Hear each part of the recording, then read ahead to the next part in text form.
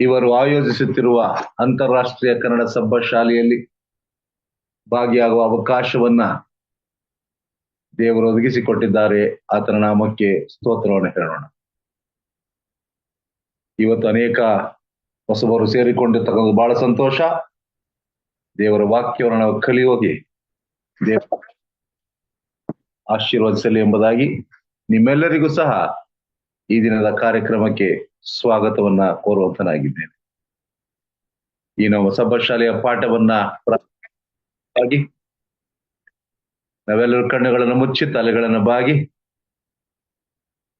ಹಿರಿಕರಾದ Johnson Sharanappa ನಮ್ಮ ಜೊತೆಯಲ್ಲಿದ್ದಾರೆ. ಅವರು ಪ್ರಾರ್ಥನೆ ಮಾಡ್ಬೇಕೆಂಬುದು ಕೇಳ್ಕೊಳ್ತೇನೆ.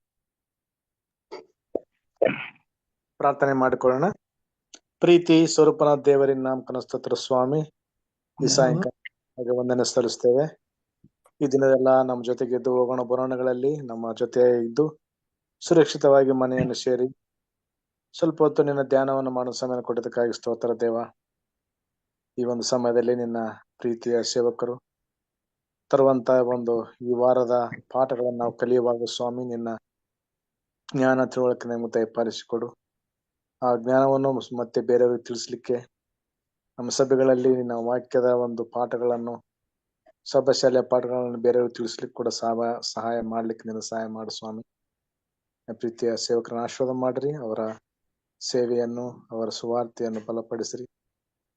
ಎಲ್ಲ ಅನೇಕ ಜನರು ಈ ಸುವಾರ್ತೆಯ ಮುಖಾಂತರ ನಿನ್ನನ್ನು ಮಹಿಮೆಪಡಿಸಿ ಆ ವಾಕ್ಯಗಳ ಮುಖಾಂತರ ಅನೇಕ ಜನರಿಗೆ ನಿನ್ನ ರಾಜ್ಯಕ್ಕೆ ಸೇರುವಂತ ಕೃಪೆಯಾಗಿಸಬೇಕೆಂದು ಬಂದಂತ ಪ್ರತಿಯೊಬ್ಬರನ್ನ ಆಶೀರ್ವಾದ ಮಾಡಬೇಕೆಂದು ಯೇಸು ಮಿಸನ ಬೇಡ್ಕೊಳ್ತೇವೆ ತಂದೆಯೇ, amen. Thank you Johnson. Thank you pastor. ಈ ತ್ರೈಮಾಸಿಕದಲ್ಲಿ ನಾವು ದೇವರ ಪ್ರೀತಿ ಮತ್ತು ನ್ಯಾಯ ಇದರ ಬಗ್ಗೆ ಕಲಿತಾ ಇದ್ದೇವೆ. God's love and justice. ಕಳೆದ 8 ಪಾಠಗಳಲ್ಲಿ ಅದ್ಭುತವಾಗಿ ದೇವರು ನಮ್ಮನ್ನು ನಡೆಸಿ ಅನೇಕ ಗುಣಾರ್ಥಗಳನ್ನು ಸತ್ಯಾಂಶಗಳನ್ನು ಅನೇಕ ಸೇವಕರುಗಳ ಮೂಲಕವಾಗಿ ಕಲಿಯುತ್ತಾ ಬಂದಿದ್ದೇವೆ. ಅದ್ಭುತವಾದ ಪಾಠವನ್ನ ಈ ತ್ರೈಮಾಸಿಕದಲ್ಲಿ ನಮಗೆ ದೇವರು ಒದಗಿಸಿಕೊಟ್ಟಿದ್ದಾರೆ. ಬನ್ನಿ, ಇವತ್ತು ನಾವು ಕಲಿತಕ್ಕಂತ ಬಹಳ ಪ್ರಾಮುಖ್ಯವಾದಂತ ಪಾಠ ಕ್ರಿಸ್ತನ ಮತ್ತು ಸೈತಾನನ ನಡುವಣ ಮಹಾ ಹೋರಾಟ ಎಂಬುದಾಗಿ, ದ ಕಾಸ್ಮಿಕ್ ಕಾನ್ಫ್ಲಿಕ್ಟ್. ಪ್ರತಿಯೊಬ್ಬರು ಸಹ ಒಂದನ್ನ ಅರ್ಥ ಮಾಡಿಕೊಳ್ಳಬೇಕು.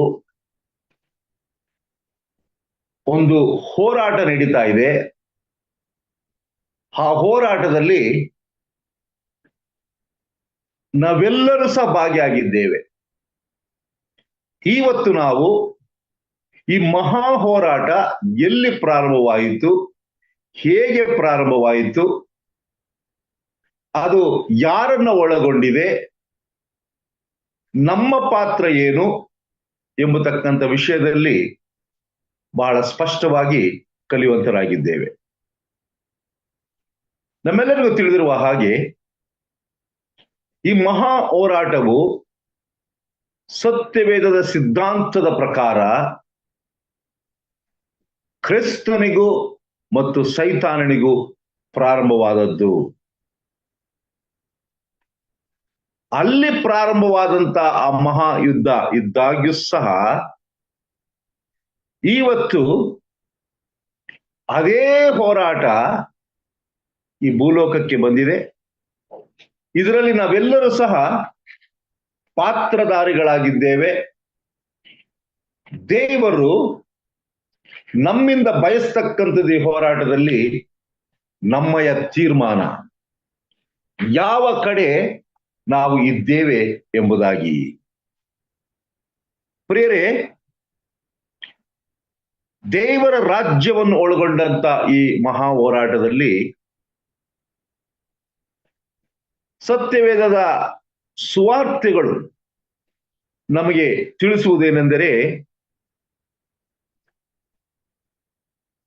ದುಷ್ಟ ದೇವದೂತರ ಬಗ್ಗೆ, ಸೈತಾನನ ಬಗ್ಗೆ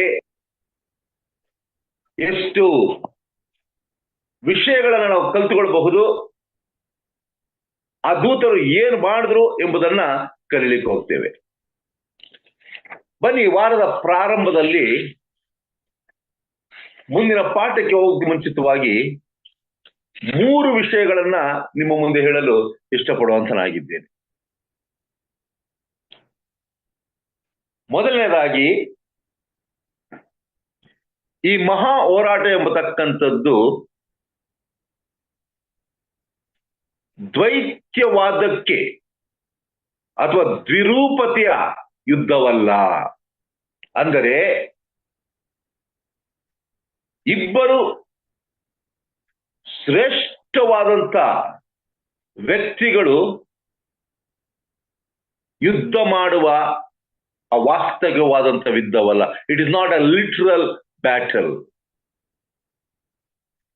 ದೇವರ ನೀತಿಯ ಪವಿತ್ರತೆಯ ಬಗ್ಗೆ ನಾವು ಕಲಿಯುವಂತರಾಗಿದ್ದೇವೆ.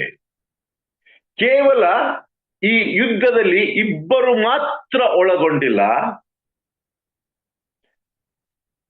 ಅಥವಾ ಇದು ಸದಾಕಾಲ ಯುದ್ಧ ನಡೀತಲೇ ಇರುತ್ತದೆ ಎಂಬುದಾಗಿ ಅರ್ಥವಲ್ಲ. ಆದರೆ ಒಂದಲ್ಲ ಒಂದು ದಿನ ಯುದ್ಧ ಮುಕ್ತಾಯವಾಗುತ್ತದೆ ಎಂಬುದನ್ನ ತಿಳ್ಕೊಳ್ಬೇಕು. ಎರಡನೇದಾಗಿ, ಈ ಮಹಾ ಹೋರಾಟ ದೇವರ ಜನರನ್ನ ಒಳಗೊಂಡಿದೆ. ಇಡೀ ವಿಶ್ವದಲ್ಲಿ ನಾವೆಲ್ಲರೂ ಸಹ ಇದರಲ್ಲಿ ಒಳಗೊಂಡಿದ್ದೇವೆ. ಪರಲೋಕದಲ್ಲಿ ಸೈತಾನನ ಒಂದು ಗುರಿ ಕ್ರಿಸ್ತನಾಗಿದ್ದನು. ಭೂಲೋಕಕ್ಕೆ ಸ್ವಾಮಿ ಬಂದಾಗ ಮತ್ತಾಯನ ಬರೆದ ಸುವಾರ್ತೆ 4ನೇ ಅಧ್ಯಾಯ 3ನೇ ವಚನದಲ್ಲಿ ನಾವು ಗಮನಿಸುವ ಹಾಗೆ, ಯೇಸು ಕ್ರಿಸ್ತನು ನೀನು ನಿಜವಾಗಿಯೂ ದೇವರ ಮಗನಾಗಿದ್ದರೆ ಎಂಬುದಾಗಿ ಪ್ರಶ್ನೆ ಮಾಡಲು ಶುರು ಮಾಡಿದನು. ಯೇಸು ಸ್ವಾಮಿ ಜಯವನ್ನ ಕಂಡ್ರು. ಆ ಒಂದು ಜಯವನ್ನ ಇವತ್ತು ತನ್ನ ಮಕ್ಕಳಾದ ನಮಗೆ ಸ್ವಾಮಿ ಕೊಟ್ಟಿದ್ದಾರೆ. ಅದರಲ್ಲಿ ನಾವೆಲ್ಲರೂ ಸಹ ಭಾಗಿಯಾಗಬೇಕು. ಮೂರನೇದಾಗಿ, ಈ ಒಂದು ಮಹಾ ಹೋರಾಟದ ನಿರ್ಣಯ ಅಕಾಲಿಕವಲ್ಲ. ಒಂದು ದಿನ ಬರ್ತದೆ, ಯುದ್ಧ ಮುಕ್ತಾಯವಾಗುತ್ತದೆ. ಅಲ್ಲಿಯ ತನಕ ದುಷ್ಟತನ ಎಂಬತಕ್ಕಂಥದ್ದು ಈ ಲೋಕದಲ್ಲಿ ಬೆಳೀತದೆ, ಇನ್ನೂ ಅಧಿಕವಾಗ್ತದೆ ಎಂಬುದನ್ನ ನಾವು ತಿಳಿದುಕೊಳ್ಳಬೇಕು. ಯಾಕೆ ಬೆಳಿಲಿಕ್ಕೆ ಸ್ವಾಮಿ ಬಿಟ್ಟಿದ್ದಾನೆ ಎಂಬುದಾಗಿ ಹೇಳುವಾಗ, ದೇವರ ಸರ್ಕಾರದಲ್ಲಿರ್ತಕ್ಕಂಥ ಆ ಪ್ರೀತಿಯ ನಿಮಿತ್ತವಾಗಿ ಇವತ್ತು ಜನರಿಗೆ ದುಷ್ಟತನದ ಮೂಲ ಯಾರು ಎಂಬುದಾಗಿ ಗೊತ್ತಾಗಬೇಕು, ಪ್ರೀತಿ ಮತ್ತು ನ್ಯಾಯದ ಮೂಲ ಯಾರು ಎಂಬುದಾಗಿ ಗೊತ್ತಾಗಬೇಕು, ಸೃಷ್ಟಿಕರ್ತನು ಯಾರು ಎಂಬುದಾಗಿ ಗೊತ್ತಾಗಬೇಕು, ಸೃಷ್ಟಿಗಳು ಯಾರು ಎಂಬುದಾಗಿ ಗೊತ್ತಾಗಬೇಕು ಎಂಬುದಾಗಿ ಅನೇಕ ರೀತಿಯಾದಂತ ಬೆಳಕು ಜನರಿಗೆ ಗೊತ್ತಾಗಬೇಕಾಗಿದೆ. ಹಾಗಿರುವಲ್ಲಿ ಈ ವಾರದ ಪಾಠದಲ್ಲಿ ನಾವು 2 ಪ್ರಶ್ನೆಗಳನ್ನ ಬಹಳ ಪ್ರಾಮುಖ್ಯವಾಗಿ ಕಲಿಯುವಂತರಾಗಿದ್ದೇವೆ. ಮೊದಲನೇ ಪ್ರಶ್ನೆ, ದೇವರು ಮತ್ತು ಸೈತಾನನ ನಡುವೆ ನಡೆಯುತ್ತಿರುವ ಮಹಾ ಹೋರಾಟದ ಬಗ್ಗೆ ಸತ್ಯವೇದದಲ್ಲಿ ಎಲ್ಲಿ ತಿಳಿಸಲ್ಪಟ್ಟಿದೆ ಎಂಬುದಾಗಿ ಮುಂದೆ ಕರೀಲಿಕ್ಕೆ ಹೋಗ್ತೇವೆ. ಇದು ಪ್ರಕಟಣೆ 12ನೇ ಅಧ್ಯಾಯ 7ರಿಂದ 9 ವಚನದಲ್ಲಿ ಬರೆಯಲ್ಪಟ್ಟಿದೆ. ಎರಡನೇ ಪ್ರಶ್ನೆ, ಸತ್ಯವೇದದ ಪ್ರಕಾರ ಈ ಮಹಾ ಹೋರಾಟದ ಸ್ವರೂಪವೇನು? What is the nature of this conflict? ಎಫೆಸದವರೆಗೆ ಬರೆದ ಪತ್ರಿಕೆ 6ನೇ ಅಧ್ಯಾಯ 12ನೇ ವಚನದಲ್ಲಿ ಗಮನಿಸುವಾಗ, ಯುದ್ಧ ಮನುಷ್ಯ ಮಾತ್ರದವರ ಸಂಗಡ ಅಲ್ಲ, ಇದು ವಾಸ್ತವಿಕವಾದ ಯುದ್ಧವಲ್ಲ, ಇಬ್ಬರು ಗುದ್ದಾಡುವ ಯುದ್ಧವಲ್ಲ, 2 ದೇಶಗಳು ಹೋರಾಡುವ ಯುದ್ಧವಲ್ಲ, ಇದು ಅಂಧಕಾರದ ಶಕ್ತಿಯ ಹೋರಾಟ. ಆಧ್ಯಾತ್ಮಿಕವಾಗಿ ನಾವು ಈ ಹೋರಾಟದಲ್ಲಿ ಜಯಶಾಲಿಗಳಾಗಬೇಕೆಂಬುದಾಗಿ. ಪ್ರಿಯರೇ, ಈ ನಿಜವಾದ ಮಹಾ ಹೋರಾಟದ ಸ್ವರೂಪ ಏನಂದ್ರೆ ನಂಬಿಕೆ. ಯಾರ ಮೇಲೆ ನಂಬಿಕೆಯನ್ನು ಇಡ್ತೀರಾ? ದೇವರ ಮೇಲೆ ನಂಬಿಕೆ ಇಡ್ತೀರಾ ಅಥವಾ ಮನುಷ್ಯರ ಮೇಲೆ ನಂಬಿಕೆ ಇಡ್ತೀರಾ? ಅದು ನಿಮಗೆ ಸಂಬಂಧಪಟ್ಟದ್ದು ಎಂಬುದಾಗಿ. ಇದು ಈ ವಾರದ ಪಾಠದ ಪರಿಚಯ. ಸ್ವರ್ಣವಾಕ್ಯ ಆದಿಕಾಂಡ 3ನೇ ಅಧ್ಯಾಯ 15ನೇ ವಚನದಲ್ಲಿ ತಿಳಿಸುವ ಒಂದು ಸತ್ಯಾಂಶವನ್ನ ನಾವು ಮುಂದೆ ನೋಡ್ಲಿಕ್ಕೆ ಹೋಗ್ತೇವೆ. ನಿನಗೂ ಈ ಸ್ತ್ರೀಗೂ, ನಿನ್ನ ಸಂತಾನಕ್ಕೂ ಈ ಸ್ತ್ರೀಯ ಸಂತಾನಕ್ಕೂ ಹಾಗೆತನವಿರುವ ಹಾಗೆ ಮಾಡುವೆನು. ಈಕೆಯ ಸಂತಾನವು ನಿನ್ನ ತಲೆಯನ್ನು ಜಜ್ಜುವುದು, ನೀನು ಅದರ ಹಿಮ್ಮಡಿಯನ್ನು ಕಚ್ಚುವಿ ಎಂಬುದಾಗಿ. ಅವಳಿಗೆ, ಸರ್ಪಕ್ಕೆ ಸ್ವಾಮಿ ನೀಡಿರುವ ಒಂದು ಭರವಸೆ, ಸರ್ಪಕ್ಕೆ ಒಂದು ಎಚ್ಚರಿಕೆ, ಅವಳಿಗೆ ಒಂದು ಭರವಸೆ. ಇದನ್ನ ಅನೇಕ ವಿಶ್ಲೇಷಕರು, ತತ್ವಜ್ಞಾನಿಗಳು ಹೇಳ್ತಾರೆ, it is the first gospel with the promise. ದೇವರ ವಾಗ್ದಾನದಲ್ಲಿ ಆಗಿರ್ತಕ್ಕಂಥ ಮೊದಲನೇ ಸುವಾರ್ತೆ ಇದಾಗಿದೆ. ಯಾಕೆಂದ್ರೆ ಆ ಸುವಾರ್ತೆಯಲ್ಲಿ ಯೇಸು ಕ್ರಿಸ್ತನು ಯಾವ ರೀತಿಯಲ್ಲಿ ನಮ್ಮನ್ನ ಬಿಡುಗಡೆ ಮಾಡುತ್ತಾನೆ ಅಂತ್ಯದಲ್ಲಿ ಎಂಬುದನ್ನ ಖಚಿತವಾಗಿ ತಿಳಿಸುವಂತದ್ದಾಗಿದೆ. ಬನ್ನಿ ಭಾನುವಾರದ ಪಾಠಕ್ಕೆ ನಾವು ಗಮನವನ್ನು ಹರಿಸೋಣ. ಭಾನುವಾರದ ಪಾಠದಲ್ಲಿ ಇದು ಒಬ್ಬ ವೈರಿ ಮಾಡಿದ ಕೆಲಸ ಎಂಬುದಾಗಿ ಶಿರೋನಾಮೆ ಇದೆ. ಇಲ್ಲಿ ಈ ಮಹಾ ಹೋರಾಟದ ತಿರುಳನ್ನ ನಮಗೆ ತಿಳಿಯಪಡಿಸುವುದಕ್ಕೋಸ್ಕರ ಯೇಸು ಕ್ರಿಸ್ತನು ಒಂದು ಸಾಮ್ಯವನ್ನ ನಮಗೆ ತಿಳಿಸುತ್ತಿದ್ದಾನೆ. ನಮ್ಮೆಲ್ಲರಿಗೂ ತಿಳಿದಿರುವ ಹಾಗೆ ಸುವಾರ್ತೆಗಳಲ್ಲಿ ಹೆಚ್ಚು ಕಡಿಮೆ 40 ಸಾಮ್ಯಗಳು ಬರೆಯಲ್ಪಟ್ಟಿವೆ. ಆ 40 ಸಾಮ್ಯಗಳು ಮತ್ತಾಯ, ಮಾರ್ಕ, ಲೂಕ ಈ 3 ಸುವಾರ್ತೆಗಳಲ್ಲಿ ಮಾತ್ರ ಬರೆಯಲ್ಪಟ್ಟಿದೆ. ಯೋಹಾನ ಬರೆದ ಸುವಾರ್ತೆಯಲ್ಲಿ ಒಂದು ಸುವಾರ್ತೆಯೂ ಸಹ ದಾಖಲಾಗಿಲ್ಲ. ಅದರಲ್ಲಿ ಮತ್ತಾಯನ ಬರೆದ ಸುವಾರ್ತೆ 13ನೇ ಅಧ್ಯಾಯದಲ್ಲಿ ಹೆಚ್ಚು ಕಡಿಮೆ 7 ಸಾಮ್ಯಗಳು ಬರೆಯಲ್ಪಟ್ಟಿವೆ. ನಾವು ಇವತ್ತು ಚರ್ಚೆ ಮಾಡಲಿರುವ ಒಂದು ಸಾಮ್ಯ ಮತ್ತಾಯನ ಬರೆದ ಸುವಾರ್ತೆ 13ನೇ ಅಧ್ಯಾಯ 24ರಿಂದ 27ನೇ ವಚನದಲ್ಲಿರ್ತಕ್ಕಂಥ ಸಾಮ್ಯ ಗೋಧಿ ಮತ್ತು ಹಣಜಿಯ ಸಾಮ್ಯ. ಎಷ್ಟು ಸುಂದರವಾಗಿ ಸ್ವಾಮಿ ಇದನ್ನು ನಮಗ ತಿಳಿಸಿಕೊಟ್ಟಿದ್ದಾನೆ. ಇದೆಲ್ಲವೂ ನಮಗೆ, ಈ ಕಥೆ ನಮಗೆ ಗೊತ್ತಿದೆ. ಒಬ್ಬ ಯಜಮಾನನು ಒಳ್ಳೆಯ ಬೀಜವನ್ನ ಆತನು ಬಿತ್ತುತ್ತಾನೆ ಹೊಲದಲ್ಲಿ. ಒಳ್ಳೆಯ ಬೀಜವನ್ನ ಬಿತ್ತಿದಾಗ ಅವನಿಗೆ ತಿಳಿಯದ ಹಾಗೆ ಗೋಧಿಯ ಜೊತೆಯಲ್ಲಿ ಹಣಜಿ ಬೆಳೆದಿರುವುದನ್ನ ನೋಡ್ತಾರೆ. ಆಗ ಆಳುಗಳು ಬಂದು ಕೇಳ್ತಾರೆ.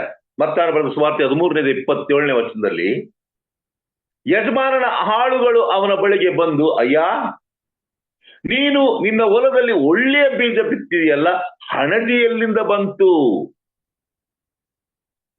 ನಾವು ಗೋಧಿಯನ್ನು ಮಾತ್ರ ಬಿತ್ತಿದ್ದೇವೆ, ಗೋಧಿ ಮಾತ್ರ ಬೆಳಿಬೇಕು, ಆದ್ರೆ ಅದರ ಪಕ್ಕದಲ್ಲಿ ಅದಕ್ಕೆ ತಕ್ಕಂತೆ ಒಂದು ಹಣಜೆ ಬೆಳೆದಿದೆ, ಇದು ಹೇಗೆ ಸಾಧ್ಯ? ಆಗ ಸ್ವಾಮಿ ಉತ್ತರವನ್ನು ನೀಡ್ತಾರೆ 28ನೇ ವಚನದಲ್ಲಿ. ಆ ಒಂದು ಯಜಮಾನನ ಉತ್ತರ ನೀಡ್ತಾನೆ, ಇದು ಒಬ್ಬ ವೈರಿ ಮಾಡಿದ ಕೆಲಸ. ಪ್ರಿಯರೇ, ವೈರಿ ಎಂಬತಕ್ಕಂಥ ಸೈತಾನನು ಒಳ್ಳೆಯ ಬೀಜ ಇರುವ ಕಡೆ ತನ್ನ ಕೆಟ್ಟ ಬೀಜವನ್ನ ಪಕ್ಕದಲ್ಲಿಯೇ ಇಟ್ಟು ಒಳ್ಳೆಯವರನ್ನು ಸಹ ಕೆಟ್ಟವರನ್ನಾಗಿ ಮಾಡಬೇಕು ಎಂಬ ಉದ್ದೇಶ ಆತನಿಗಿದೆ. ಇವತ್ತು ಲೋಕದಲ್ಲಿ ಯಾರು ಕೆಟ್ಟವರಾಗಿ ಹುಟ್ಟೋದಿಲ್ಲ, ಒಳ್ಳೆಯವರಾಗೇ ಹುಟ್ಟುತ್ತಾರೆ. ಆದ್ರೆ ಬೆಳೆಯುತ್ತಾ ಸ್ವಭಾವಗಳು, ಶೋಧನೆಗಳು, ಸಹವಾಸಗಳು ಇವೆಲ್ಲದರ ನಿಮಿತ್ತವಾಗಿ ಮನುಷ್ಯನು ಪಾಪದಲ್ಲಿ ಬಿದ್ದು ತನ್ನನ್ನ ಕೆಡಿಸಿಕೊಳ್ಳುತ್ತಾನೆ. ಸ್ವಾಭಾವಿಕವಾಗಿ ಅನೇಕರು ಕೇಳ್ತಕ್ಕಂಥ ಪ್ರಶ್ನೆ ಲೋಕದ ಜನರು, ಒಂದು ವೇಳೆ ದೇವರು ಈ ಲೋಕದಲ್ಲಿ ಒಳ್ಳೆಯದನ್ನೇ ಸೃಷ್ಟಿ ಮಾಡಿದ್ದರೆ ಯಾಕೆ ಕೆಟ್ಟತನ ಇದೆ? ಕೆಟ್ಟತನ ಯಾಕೆ ಬಂತು? ಪ್ರೇರ್ ಒಂದನ್ನ ಅರ್ಥ ಮಾಡ್ಕೊಳ್ಳಿ, ಎಲ್ಲಿ ಒಳ್ಳೇದಿದೆ ಅಲ್ಲಿ ಕೆಟ್ಟದು ಇದೆ. ಒಳ್ಳೆಯದು ಬೆಳಕಿಗೆ ಬರಬೇಕಾದ್ರೆ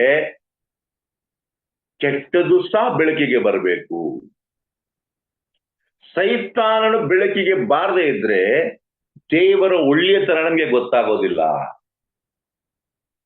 ದೇವರು ಕೆಟ್ಟವನು ಕೆಟ್ಟವನು ಕೆಟ್ಟವನು ಎಂಬುದಾಗಿ ಅಪಪ್ರಚಾರವನ್ನ, ಸುಳ್ಳನ್ನ ಹೇಳಿಕೊಂಡೇ ಬರ್ತಾ ಇದ್ದಾನೆ ಸೈತಾನನ. ಅದಕ್ಕೆ ತದ್ವಿರುದ್ಧವಾಗಿ ಸ್ವಾಮಿ ನಮಗೆ ಅನೇಕ ದೃಷ್ಟಾಂತಗಳ ಮೂಲಕವಾಗಿ ತಾನು ಹೇಗೆ ಒಳ್ಳೆಯವನು ಎಂಬುದನ್ನ ತಿಳಿಯಪಡಿಸುತ್ತಾನೆ. ಈ ಸಾಮ್ಯವನ್ನು ನಾವು ನೋಡುವಾಗ ಬಹಳ ಸುಂದರವಾಗಿ ಸ್ವಾಮಿ ಹೇಳ್ತಾರೆ. ಇಲ್ಲಿ 7 ವಿಷಯಗಳನ್ನ ನಾವು ಅರ್ಥ ಮಾಡಿಕೊಳ್ಳಬೇಕು. 13ನೇ ಅಧ್ಯಾಯ 28ರಿಂದ 30ನೇ ವಚನದ ತನಕ ಹಾಗೂ ವಿಶೇಷವಾಗಿ 37ರಿಂದ 40 ವಚನಗಳಲ್ಲಿ ಇದು ಬಹಳ ಸ್ಪಷ್ಟವಾಗಿ ನಮಗೆ ತಿಳಿಯಪಡುವಂತದ್ದಾಗಿದೆ. ಸ್ವಾಮಿ ಈ ಸಾಮ್ಯವನ್ನ ವಿವರಣೆ ಮಾಡ್ತಾ ಇದ್ದಾರೆ. ಒಳ್ಳೆಯ ಬೀಜ ಬಿತ್ತುವವನೆಂದ್ರೆ ಯಾರು? ಅದು ಮನುಷ್ಯ ಕುಮಾರನು. ಹೊಲ ಅಂದರೆ ಈ ಲೋಕ. ಒಳ್ಳೆಯ ಬೀಜ ಅಂದರೆ ಗೋಧಿ, ಪರಲೋಕ ರಾಜ್ಯದವರು. ಹಣಜಿ ಸೈತಾನನವರು, ವೈರಿ ಸೈತಾನನು, ಸುಗ್ಗಿ ಕಾಲ ಯುಗದ ಸಮಾಪ್ತಿ, ಕೊಯ್ಯುವವರು ದೇವದೂತರು. ಇಲ್ಲಿ ಒಂದು ವಿಷಯವನ್ನ ಗಮನಿಸಬೇಕು. ಆಳುಗಳು ಬಂದು ಕೇಳ್ತಾರೆ 28ನೇ ವಚನದಲ್ಲಿ, ಹಾಗಾದ್ರೆ ನಾವು ಅದನ್ನು ಆರಿಸಿ ತೆಗೆಯೋಣವೋ ಎಂದು ಕೇಳಲು ಬೇಡ, ಹಣಜಿಯನ್ನು ಆರಿಸಿ ತೆಗೆಯುವಾಗ ಅದರ ಸಂಗಡ ಗೋಧಿಯನ್ನೆಲ್ಲಾದರೂ ಕಿತ್ತೀರಿ. ಆಳುಗಳು ಬಂದು ಹೇಳ್ತಾರೆ, ನಾವು ಗೋಧಿಯ ಜೊತೆಯಲ್ಲಿ ಬೆಳೆದಿರ್ತಕ್ಕಂಥ ಹಣಜಿಯನ್ನು ಕಿತ್ತಾಕ್ಬಿಡ್ತೀವಿ ಸ್ವಾಮಿ, ಗೋಧಿ ಮಾತ್ರ ಬೆಳಿಲಿ ಎಂಬುದಾಗಿ. ಅದು ಎಷ್ಟೋ ಸಾರಿ ಗೊತ್ತಿಲ್ಲ, ಗೋಧಿಯ ಬೇರುಗಳು, ಹಣಜಿಯ ಬೇರುಗಳು ಭೂಮಿಯ ಕೆಳಗೆ ಮಣ್ಣಿನ ಒಳಗೆ ಜೊತೆ ಜೊತೆಯಾಗಿ ಬೆಳೀತಾ ಇರ್ತವೆ, ಅಕ್ಕಪಕ್ಕದಲ್ಲೇ ಇರ್ತದೆ. ನಮಗೆ ಗೊತ್ತಿಲ್ಲದೆ ಹಣಜಿಯನ್ನ ನಾವು ಕೀಳಲಿಕ್ಕೆ ಹೋಗುವಾಗ ಅದರ ಜೊತೆಯಲ್ಲಿ ಗೋಧಿಯನ್ನು ಸಹ ಕಿತ್ತಾಕ್ಬಿಡ್ತೇವೆ. ಯಾಕಂದ್ರೆ ನಮಗೆ ಗೊತ್ತಿಲ್ಲ, ಭೂಮಿಯ ಒಳಗೆ ಹೇಗಿದೆ ಎಂಬುದಾಗಿ ಗೊತ್ತಿಲ್ಲ. ಅದಕ್ಕೋಸ್ಕರ ಸ್ವಾಮಿ ಹೇಳ್ತಾನೆ, ಸುಗ್ಗಿ ಕಾಲದ ತನಕ, ಯುಗದ ಸಮಾಪ್ತಿಯ ತನಕ ಅದನ್ನ ಹಾಗೆ ಬಿಡಬೇಕು ನೀವು. ಆಗ ತಾನೇ ನಿಮಗೆ ಯಾರು ಅಣಜಿಯನ್ನು ಬಿತ್ತಿದ್ದು ಎಂಬುದಾಗಿ ಗೊತ್ತಾಗ್ತದೆ, ಆ ವೈರಿ ಯಾರು ಎಂಬುದಾಗಿ ನಿಮಗೆ ಗೋಚರವಾಗ್ತದೆ. ನಾನು ಬಂದು ಒಂದು ತೀರ್ಮಾನವನ್ನು ತಗೊಳ್ತೇನೆ, ನಾನು ಅದನ್ನ ಸುಗ್ಗಿ ಕಾಲದಲ್ಲಿ ಬೇರೆ ಬೇರೆ ಮಾಡ್ತೇನೆ. ನನಗ್ ಗೊತ್ತು ಚೆನ್ನಾಗಿ ಯಾವುದು ಗೋಧಿ ಯಾವುದು ಹಣಜಿ ಎಂಬುದು. ಪ್ರಿಯರ, ಲೋಕದಲ್ಲಿ ಅನೇಕರು ಒಳ್ಳೆಯವರು ಸಹ ಇದ್ದಾರೆ, ಕೆಟ್ಟವರು ಸಹ ಇದ್ದಾರೆ. ಕೆಲವು ಸಾರಿ ನಾವು ಯಾರು ಒಳ್ಳೆಯವರು ಯಾರು ಕೆಟ್ಟವರು ಎಂಬುದಾಗಿ ತಿಳ್ಕೊಳ್ಳಿಕ್ಕೆ ಬಹಳ ಅಸಾಧ್ಯ, ಬಹಳ ಕಷ್ಟ ಆಗ್ತದೆ. ಆದರೆ ಸ್ವಾಮಿಯು ಹೇಳಿದ ಹಾಗೆ ನೀವು ನಿಮ್ಮ ಒಳ್ಳೆಯತನವನ್ನು ಮುಂದುವರಿಸಬೇಕು. ಕೆಟ್ಟದ್ದಕ್ಕೆ ನಾನು ಅನ್ನೋ ಅಂತ್ಯವನ್ನ ಸುಗ್ಗಿಯ ಕಾಲದಲ್ಲಿ ತರುತ್ತೇನೆ, ಅಂತ್ಯ ಕಾಲದಲ್ಲಿ ನಾನು ತರುತ್ತೇನೆ. ನೀವು ನಾನು ಮಾಡಬೇಕಾದ ಕಾರ್ಯವನ್ನ ಮಾಡಬೇಡಿ. ಇಷ್ಟೇ ಸ್ವಾಮಿ ಹೇಳ್ತಕ್ಕಂಥದ್ದು. ಸ್ವಾಮಿ ಹೇಳ್ತಾನೆ, ನಾನು ನ್ಯಾಯಾಧೀಶ, ನನಗೆ ಗೊತ್ತು ಯಾರು ಒಳ್ಳೆಯವರು ಯಾರು ಕೆಟ್ಟವರು. ನಾನು ಆ ಯುಗದ ಸಮಾಪ್ತಿಯಲ್ಲಿ ಸರಿಯಾದ ನ್ಯಾಯ ತೀರ್ಪವನ್ನು ಕೊಟ್ಟು ಬೇರೆ ಬೇರೆ ಮಾಡ್ತೇನೆ. ಆದ್ರೆ ನಾವು ತಿಳಿಯದೆ ಅನೇಕ ಸಾರಿ ಕೆಟ್ಟದರ ಜೊತೆ ಒಳ್ಳೆಯದನ್ನು ಸಹ ತೆಗೆದುಹಾಕ್ಬಿಡ್ತೇವೆ. ಅದಕ್ಕೋಸ್ಕರ ಸ್ವಾಮಿ ಒಂದು ಎಚ್ಚರಿಕೆಯನ್ನು ಕೊಡ್ತಾ ಇದ್ದಾರೆ. ಒಂದು ಪ್ರಶ್ನೆ ಇದೆ. ಆ ಪ್ರಶ್ನೆ ಏನಂದ್ರೆ, ಸಭೆಯಲ್ಲಿ ಒಳ್ಳೆಯವರು ಮತ್ತು ಕೆಟ್ಟವರು ಇಬ್ಬರು ಇರುತ್ತಾರೆ. ಒಳ್ಳೆಯವರ ನಡುವೆ ಇರುವ ಕೆಟ್ಟವರನ್ನು ಈಗಲೇ ಕಿತ್ತು ಹಾಕಬೇಕೆಂದು ಪ್ರಯತ್ನಿಸುವುದರಿಂದಾಗುವ ಕೆಲವು ಅಪಾಯಗಳೇನು? ಅದೇ ಸಮಯದಲ್ಲಿ ನಾವು ಎದುರಿಸುವ ದುಷ್ಟತನದ ಬಗ್ಗೆಯೂ ನಿರ್ಲಕ್ಷ್ಯ ತೋರಬಾರದೆಂದು ಇದು ಹೇಗೆ ತಿಳಿಸುತ್ತದೆ? ನೋಡಿ, ಇದು ಬಹಳ ಪ್ರಾಮುಖ್ಯವಾದದ್ದು. ಒಂದು ಸಭೆಯಲ್ಲಿ ಎಲ್ಲರೂ ಇರ್ತಾರೆ, ಇಬ್ರು ಇರ್ತಾರೆ, ಒಳ್ಳೆಯವರು ಇರ್ತಾರೆ, ಕೆಟ್ಟವರು ಇರ್ತಾರೆ.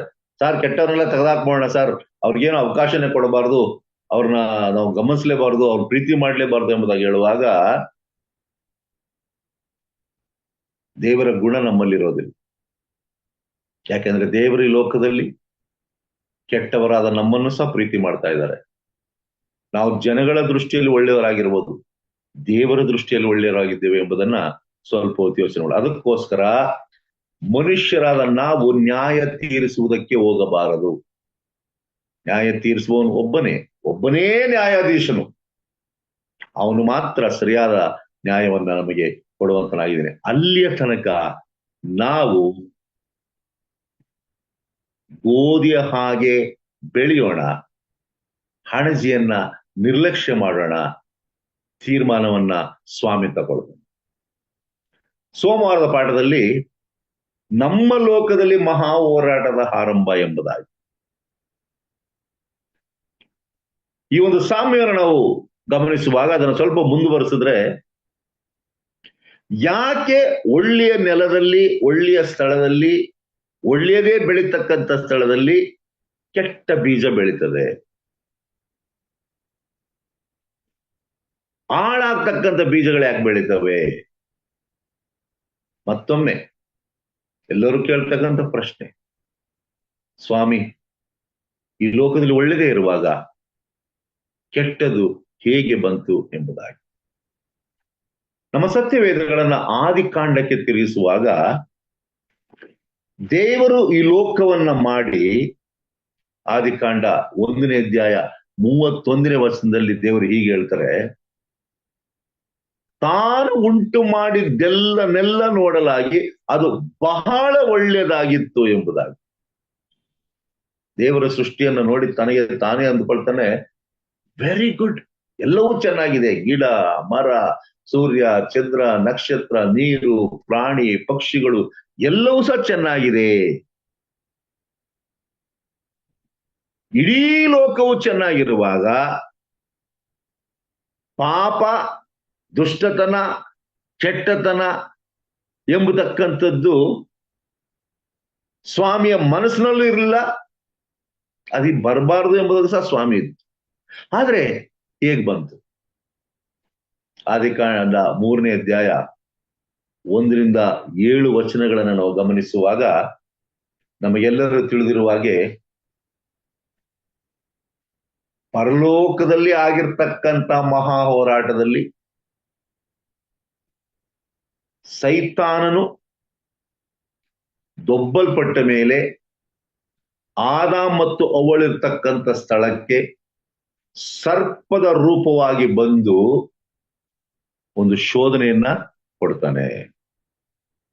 ಆ ಶೋಧನೆ ಯಾವುದಂದ್ರೆ, ದೇವರು ಹೇಳಿದ ಮಾತು ಸುಳ್ಳು, ನೀನು ಈ ಮರದ ಹಣ್ಣನ್ನು ತಿಂದ್ರೆ ಸತ್ತೋಗ್ತೀಯಾ? ಹೌದು, ದೇವರು ಹೇಳಿದ್ದಾರೆ, ನಾವು ಸಾಯ್ತೇವೆ. ಆದಿಕಾಂಡ 3ನೇ ಅಧ್ಯಾಯ 4ನೇ ವಚನದಲ್ಲಿ ಸೈತಾನ ಹೇಳ್ತಕ್ಕಂಥದ್ದು, ನೀವು ಹೇಗೂ ಸಾಯುವುದಿಲ್ಲ,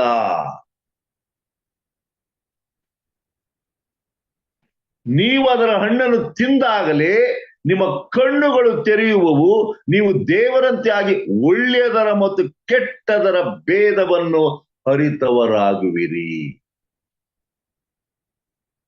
ನೋಡಿ, ಯಾವ ಸಮಯದಲ್ಲಿ ಆದಾಮ್ ಮತ್ತು ಅವಳು ಆ ಹಣ್ಣನ್ನು ತಿಂದ್ರು, ಆಗ ಅವ್ರಿಗೆ ಕೆಟ್ಟದ್ ಯಾವುದು ಎಂಬತಕ್ಕಂಥ ಅರಿವು ಆಯಿತು.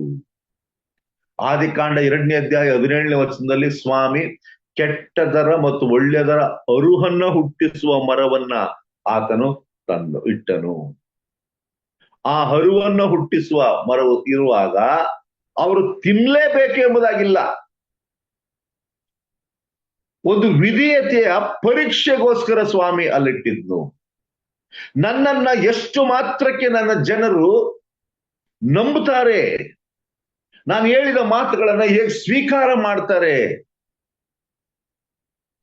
ಕೆಲವು ಸಲ ಪ್ರಶ್ನೆ ಮಾಡ್ಬೋದು, ಸಾರ್ ಆ ಮರ ಇಲ್ದಿದ್ರೆ ಎಷ್ಟೋ ಚೆನ್ನಾಗಿದ್ದಲ್ಲ, ಆ ಪಾಪ ಬಂದದೇ ಆ ಮರದಿಂದ ಅಂತ. ಇಲ್ಲ, ಪಾಪ ಮರದಿಂದ ಬಂದಿದೆ. ಕೆಟ್ಟದ್ದು ಇದೆ ಎಂಬುದಾಗಿ ಅದನ್ನ ಮಾಡಬೇಕು ಅಂತ ಏನಿಲ್ಲ. ಇಲ್ಲಿ ಒಂದೆನ ಅರ್ಥ ಮಾಡ್ಕೊಳ್ಬೇಕು, ದೇವರು ನಂಬಿಕೆಯ ಪರೀಕ್ಷೆಯನ್ನ ಸ್ವಾಮಿ ನಮಗೆ ಕೊಡ್ತಾರೆ. ಆ ನಂಬಿಕೆಯ ಪರೀಕ್ಷೆಯಲ್ಲಿ ನಾವು ದೇವರ ಕಡೆ ಇದ್ದಾಗ ಯಶಸ್ಸನ್ನ ಕಾಣ್ತೇವೆ. ಮಹಾ ಹೋರಾಟದ ಆರಂಭ ಆ ಏದೇನ್ ತೋಟದಲ್ಲಿ ಈ ಭೂಲೋಕದಲ್ಲಿ ಬಂದು ಅವರು ಹಣ್ಣನ್ನ ತಿಂದ ಮೇಲೆ ಅವರ ಪರಿಸ್ಥಿತಿ ಏನಾಯ್ತು? ಆದಿಕಾಂಡ 3ನೇ ಅಧ್ಯಾಯ 15ನೇ ವರ್ಷದಲ್ಲಿ ಹೇಳುವಾಗ ದೇವರು ಹೇಳ್ತಾರೆ, ಯಾವ ಸಮಯದಲ್ಲಿ ಇದನ್ನ ನೀವು ತಿಂದ್ರಿ ಅಲ್ಲಿ ಹಾಗೆತನ ಶುರುವಾಗ್ತದೆ. ನಿನಗೂ ಈ ಸ್ತ್ರೀಗೂ, ನಿನ್ನ ಸಂತಾನಕ್ಕೂ ಈ ಸ್ತ್ರೀಯ ಸಂತಾನಕ್ಕೂ ಹಾಗೆತನ ಹಿರುವಾಗಿ ಮಾಡುವೆನು. ಈಕೆಯ ಸಂತಾನವು ನಿನ್ನ ತಲೆಯನ್ನು ಜಜ್ಜುವುದು, ನೀನು ಅದರ ಹಿಮ್ಮಡಿಯನ್ನು ಜಜ್ಜುವಿ. ಇದರ ಅರ್ಥ, ಸೈತಾನನು ತನ್ನ ಸಹಚರರ ಜೊತೆಯಲ್ಲಿ ಮನುಷ್ಯರನ್ನ ನಾಶ ಮಾಡುವುದಕ್ಕೆ ಪ್ರಯತ್ನವನ್ನ ಮಾಡುತ್ತಾನೆ. ಅದು ಮಾತ್ರವಲ್ಲ, ಯೇಸು ಕ್ರಿಸ್ತನನ್ನು ಶಿಲುಬೆಯಲ್ಲಿ ಸಾಯಬಾರದು ಎಂಬುದಾಗಿ ಪ್ರಯತ್ನವನ್ನ ಮಾಡ್ತಾನೆ. ಆದ್ರೆ ಅಂತ್ಯದಲ್ಲಿ ಆ ಶಿಲುಬೆಯ ಮರಣ ಸೈತಾನನ ಸೋಲಾಯಿತು ಎಂಬುದಾಗಿ ನೋಡಿ. ಅಲ್ಲಿ ಸೈತಾನನ ತಲೆ ಜಜ್ಜಲ್ಪಟ್ಟಿದ್ದು. ಸಂಪೂರ್ಣವಾಗಿ ಸೈತಾನನು 1000 ವರ್ಷಗಳಾದ್ಮೇಲೆ ನಾಶ ಆಗ್ತಾನೆ. ಆದರೆ ಆ ಶಿಲುಬೆಯ ಯೇಸು ಸ್ವಾಮಿಯ ಮರಣದಲ್ಲಿ ಸ್ತ್ರೀಯ ಸಂತಾನ ಅಂದ್ರೆ ಯೇಸು ಕ್ರಿಸ್ತನು ಇದರ ತಲೆಯನ್ನ ಜಜ್ತಾನೆ ಎಂಬುದಾಗಿ. ಪ್ರಿಯರೇ, ಎಲ್ಲಾ ಪಾಠಗಳು ನಮಗೆ ಒಂದು ಖಚಿತವಾದ ಮಾಹಿತಿಯನ್ನ ನೀಡುತ್ತವೆ. ಅದ್ಯಾವುದೆಂದ್ರೆ, ಈ ಮಹಾ ಹೋರಾಟ ನಾನು ಮತ್ತು ನೀವು ಪಾಲುಗಾರರಾಗಿದ್ದೇವೆ. ಇದರಲ್ಲಿ ನಮ್ಮ ಪಾತ್ರ ಅಧಿಕವಾಗಿದೆ. ನಾವು ಆ ಪಾತ್ರದಲ್ಲಿ ನಮ್ಮನ್ನ ತೊಡಗಿಸಿಕೊಳ್ಳಬೇಕು. ಮುಂದೆ ನಾವು ಮಂಗಳವಾರದ ಪಾಠದಲ್ಲಿ ಬರುವಾಗ ಪರಲೋಕದಲ್ಲಿ ಮಹಾ ಹೋರಾಟದ ಆರಂಭ ನಮಗೆಲ್ಲರಿಗೂ ತಿಳಿದಿರುವ ಹಾಗೆ ಆದಿಕಾಂಡ 1ನೇ ಅಧ್ಯಾಯದಿಂದ 3ನೇ ವರ್ಷದೊಳಗೆ ಆದಾಮ ಅವ್ವರು ಬೀಳುವುದಕ್ಕಿಂತ ಮುಂಚಿತವಾಗಿ ಪರಲೋಕವು ಏದೇನ್ ತೋಟವು ಎಷ್ಟು ಪರಿಪೂರ್ಣವಾಗಿತ್ತು ಎಂಬುದಾಗಿ ನಮಗೆ ಗೊತ್ತು. ಕೆಟ್ಟತನವೇ ಇರಲಿಲ್ಲ, ಎಲ್ಲವೂ ಒಳ್ಳೆಯದಾಗಿತ್ತು. ಪ್ರಾಣಿಗಳು, ಪಕ್ಷಿಗಳು, ಭೂಮಿ, ಒಣನೆಲ, ನೀರು ಎಲ್ಲವೂ ಸಹ ಪರಿಶುದ್ಧವಾಗಿತ್ತು, ಪರಿಪೂರ್ಣವಾಗಿತ್ತು. ಆದ್ರೆ ಯಾವ ಸಮಯದಲ್ಲಿ ಈ ಪಾಪ ಎಂಬತಕ್ಕಂತಾಗಿ ಬಂತು, ಅದು ಯಾರಿಂದ ಬಂತು ಎಂಬುದಾಗಿ ನಮಗೆ ಗೊತ್ತು.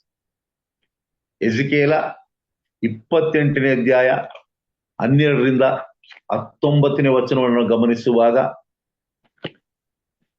ಸೈತಾನನು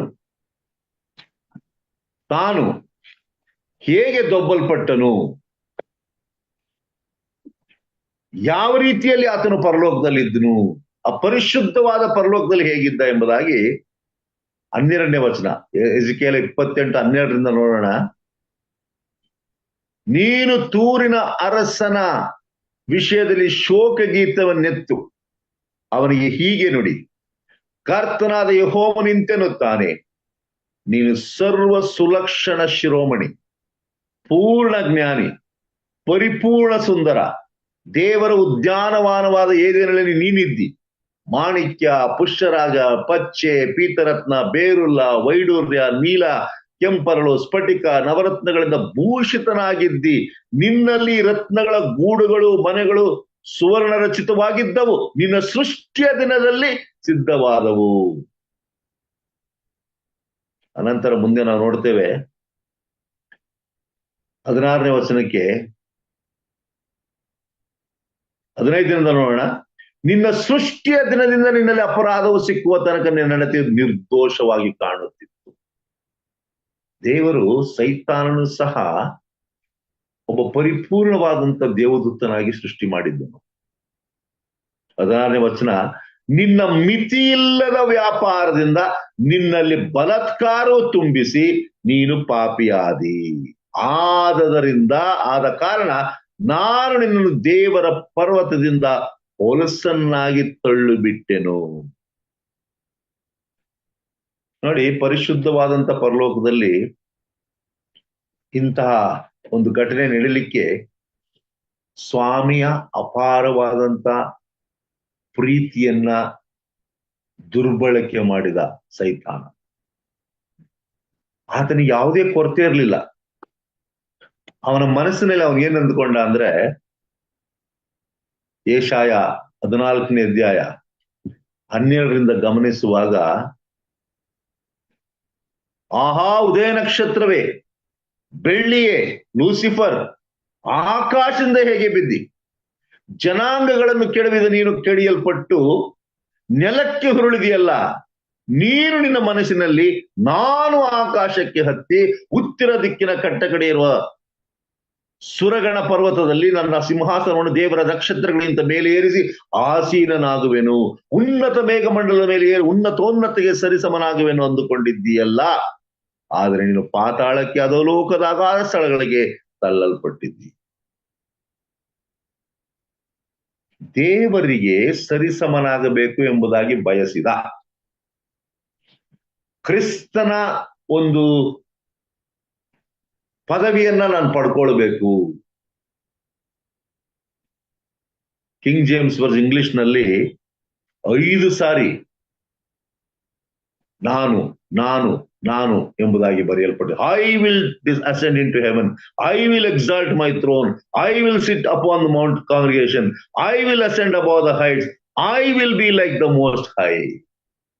ನಾನು ನಾನು ನಾನು ಪ್ರಿಯ ಲೋಕದಲ್ಲಿ ನಾನು ಅಂದವರೆಲ್ಲ ಗತಿಸಿ ಹೋಗಿದ್ದಾರೆ. ಹಿಟ್ಲರ್ ಇಡೀ ವಿಶ್ವವನ್ನ ಆಳ್ಬೇಕು, ನಾನೇ ದೊಡ್ಡವನಾಗಬೇಕು, ಇವತ್ತೆಲ್ಲಿದ್ದಾನೆ ಹಿಟ್ಲರ್? ಬ್ಯಾಬಿಲೋನ್ ದೇಶದ ನೆಬೂಕದ್ನೆಚ್ಚರ್ ಇಡೀ ಲೋಕದ ರಾಜಾದಿರಾಜನಾಗಿ ವೈಭವದಿಂದ ಮೆರೆದ. ಕೊನೆಯಲ್ಲಿ ಅವನ ಸ್ಥಿತಿ ಪ್ರಾಣಿಯ ಸ್ಥಿತಿ ಆಯಿತು. ದೇವರ ನಮಗೆ ಸ್ತೋತ್ರವಾಗಲಿ. ಅಂತ್ಯದಲ್ಲಿ ಅವನ ಪರಿವರ್ತನೆ ಹೊಂದನೆ ಎಂಬುದಾಗಿ ಸೈತಾನನು ನಾನು ಎಂಬತಕ್ಕಂತ ನಾನತ್ವದಲ್ಲಿ ಮೆರೆದ ನಿಮಿತ್ತವಾಗಿ ಪರಲೋಕದಿಂದ ದೊಬ್ಬಲ್ಪಟ್ಟು ಮಹಾ ಹೋರಾಟ, ಅದರ ಮೂಲ ಪರಲೋಕದಿಂದ ಪ್ರಾರಂಭವಾಯಿತು. ಪ್ರಕಟಣೆ 12ನೇ ಅಧ್ಯಾಯವನ್ನು ಗಮನಿಸುವಾಗ ಮಿಖಾಯೇಲನಿಗೂ ಸೈತಾನ್ ಎಂಬತಕ್ಕಂಥ ಘಟಸರ್ಪನಿಗೂ ಯುದ್ಧ ನಡೆದು ಸೈತಾನನು ಇತರ ದೂತರನ್ನು ಸಹ ಆತನು ಶೋಧಿಸಿದನು. ಬನ್ನಿ ನಾವೆಲ್ಲ ಯುದ್ಧಕ್ಕೆ ಹೋಗೋಣ. ಯಾರ್ಯಾರು ಸೈತಾನ ಮಾತನ್ನು ಕೇಳಿದ್ರು ಅವರೆಲ್ಲ ದೊಬ್ಬಲ್ಪಟ್ರು. ಪ್ರಿಯರೇ, ಈ ಒಂದು ಅಹಂಕಾರದಲ್ಲಿ ತಾನು ಏನ್ ಮಾಡ್ದ ಅಂದ್ರೆ, ದೇವರಿಗೆ ಸುಳ್ಳು ಅಪವಾದವನ್ನ ಇಟ್ಟ.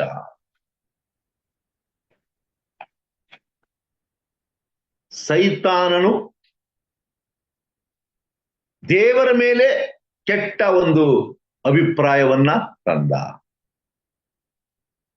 ನಾನು ಹೀಗೆ ಮಾಡ್ತೇನೆ ಎಂಬುದಾಗಿ. ಆದ್ರೆ ಸತ್ಯವೇದ ಸ್ಪಷ್ಟವಾಗಿ ಹೇಳ್ತದೆ, ಸೈತಾನನು ಸುಳ್ಳಿಗೆ ಮೂಲ ಪುರುಷನು. ಸುಳ್ಳನ್ನೇ ಆತನು ನೆವ ಮಾಡಿಕೊಂಡಿದ್ದಾನೆ. ಯೋಹಾನ 8:44 ಹೇಳಿರುವ ಹಾಗೆ ನಾವು ಸೈತಾನನ ಬಗ್ಗೆ ಕಲಿತುಕೊಳ್ಳುವಾಗ ಆತನು ಪರಿಪೂರ್ಣನು, ಶಿರೋಮಣಿ, ಎಂತೆಲ್ಲಾ ಹೆಸರುಗಳನ್ನ ಇಟ್ಕೊಂಡಿರುವಾಗ ಪಾಪ ಬರ್ಲಿಕ್ಕಿಂತ ಮುಂಚಿತವಾಗಿ ಆಗಿದ್ದು. ಒಂದನ್ನು ಅರ್ಥ ಮಾಡ್ಕೊಳ್ಬೇಕು, ಪರಿಪೂರ್ಣವಾದಂತ ವ್ಯಕ್ತಿಗಳು ಸಹ ಬೀಳುವುದಕ್ಕೆ ಎಲ್ಲ ಅವಕಾಶಗಳಿವೆ. ಸ್ವಾಮಿ ನಿಜವಾದ ಸ್ವಾತಂತ್ರ್ಯವನ್ನು ಮಕ್ಕಳಿಗೆ ಕೊಟ್ಟಿದ್ದಾನೆ. ಆ ಸ್ವಾತಂತ್ರ್ಯವನ್ನು ಸದುಪಯೋಗ ಮಾಡಿಕೊಂಡಾಗ ನಾವು ದೇವರ ಕಡೆ ಇರ್ತೇವೆ, ದುರುಪಯೋಗ ಮಾಡಿಕೊಂಡಾಗ ಸೈತಾನನ ಮಕ್ಕಳಾಗ್ತೇವೆ. ಬುಧವಾರದ ಪಾಠಕ್ಕೆ ಬರುವಾಗ, ನೀನು ನನಗೆ ಸಾಷ್ಟಾಂಗ ನಮಸ್ಕಾರ ಮಾಡಿ ಆರಾಧಿಸಿದ್ದಲ್ಲಿ, ನಮ್ಮೆಲ್ಲರಿಗೂ ತಿಳಿದಿರುವ ಹಾಗೆ ಇದು ಮತ್ತಾಯನ ಬರೆದ ಸುವಾರ್ತೆ 4ನೇ ಅಧ್ಯಾಯ 1ರಿಂದ 14 ವಚನದಲ್ಲಿ, ಆಗ ಲೂಕನ ಬರೆದ ಸುವಾರ್ತೆ 4ನೇ ಅಧ್ಯಾಯದಲ್ಲಿ ಯೇಸು ಕ್ರಿಸ್ತನ ಶೋಧನೆಯ ಬಗ್ಗೆ ಬರೆಯಲ್ಪಟ್ಟಿದೆ.